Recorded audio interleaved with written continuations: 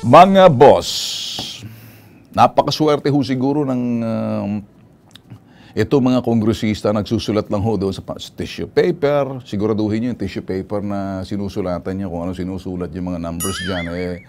Walang mga galing sa inyong ilong na sumising kayo dahil meron kayong ewan.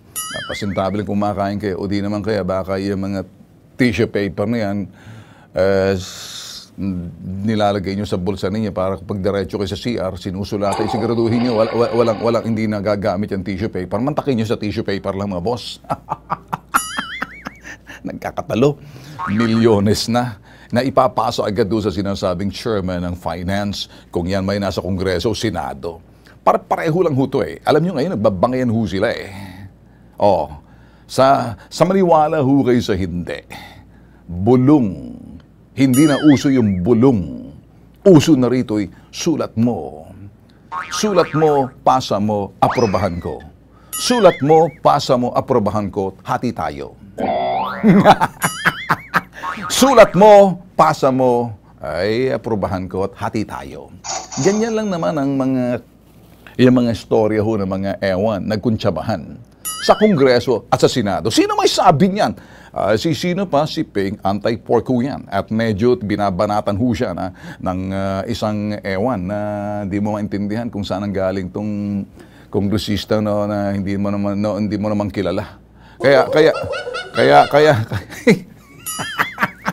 mga hindi kilalang kongresista gusto manalo, nag-iingay, siguro, nakasabit pa sa bumbolyas ng tatay ninyo, lakso na yan eh. Naintindihan mo, James? Ikaw naman siguro nung mga panahon ng yung iba diyan kasi nagmamagaling. Bravo! Nakasabit ka pa lang sa bumbolyas ng tatay mo, may lakso na yan. So, nakalawit ka pa.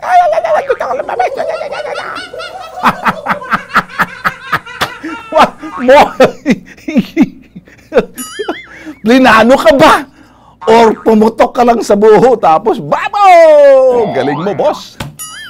Kaya ngayon, nadidiskubre ang pork barrel sa Senado at Kongreso dahil may Pampilo Lacson na binabanatan nitong mga uhuging gus-gusi ng mga kongresista. Ang sabi ko nga, nakasabit pa lang sa bumbolis ng kanilang mga tatay tapos biglang naging congressman, nagulat tapos you take on the big guy.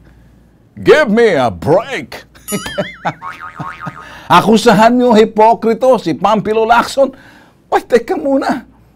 Look who's talking. Yeah, that's the man. Pag nagsalita yan, diretso yan. Walang pakiembot-kiembot. Walang pa-ek-ek-ek-ek. Walang pa-chorba-chorba. Tatamaan ka tagos hanggang buto. Yun.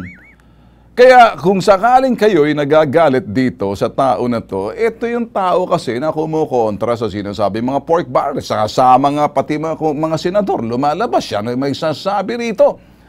But ito, alam mo, ito kasi sabihin na natin itong nabanggit ko bang pangalan? Siyempre, pag ikay natuwa sa ginagawa ng mga tao, kuminsan, bravo! Di ba? Ganun sasabihin mo. Yay! Galing mo! Chip! Chong! Go!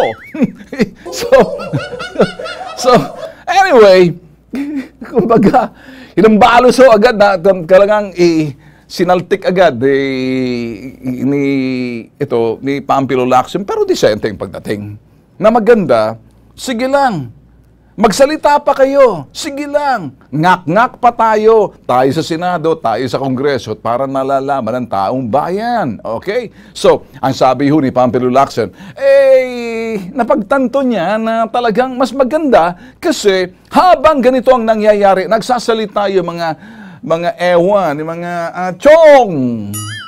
Walang tunog. Go! Bra!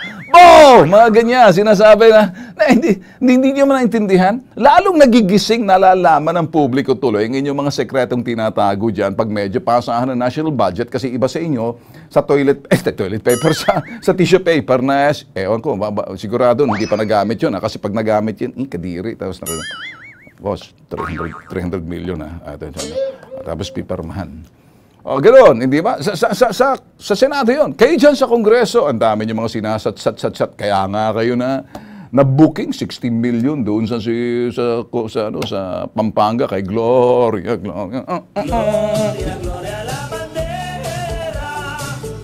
Oy, isa, baka madali tayo. At marami pang iba kaya ho naging sanhi kung bakit ho naudlot hindi napasa ang national budget. Hanggang kasalukuyan, 3 araw na lang. Hanggang Wednesday. Titingnan natin kung mahahabol. Bakit? Nag-umpisa yan noong Disyembre, nagkaalaman. Itong si Andaya, Nandaraya, easy. Baka hindi ako kasama dyan, ha? Kayo.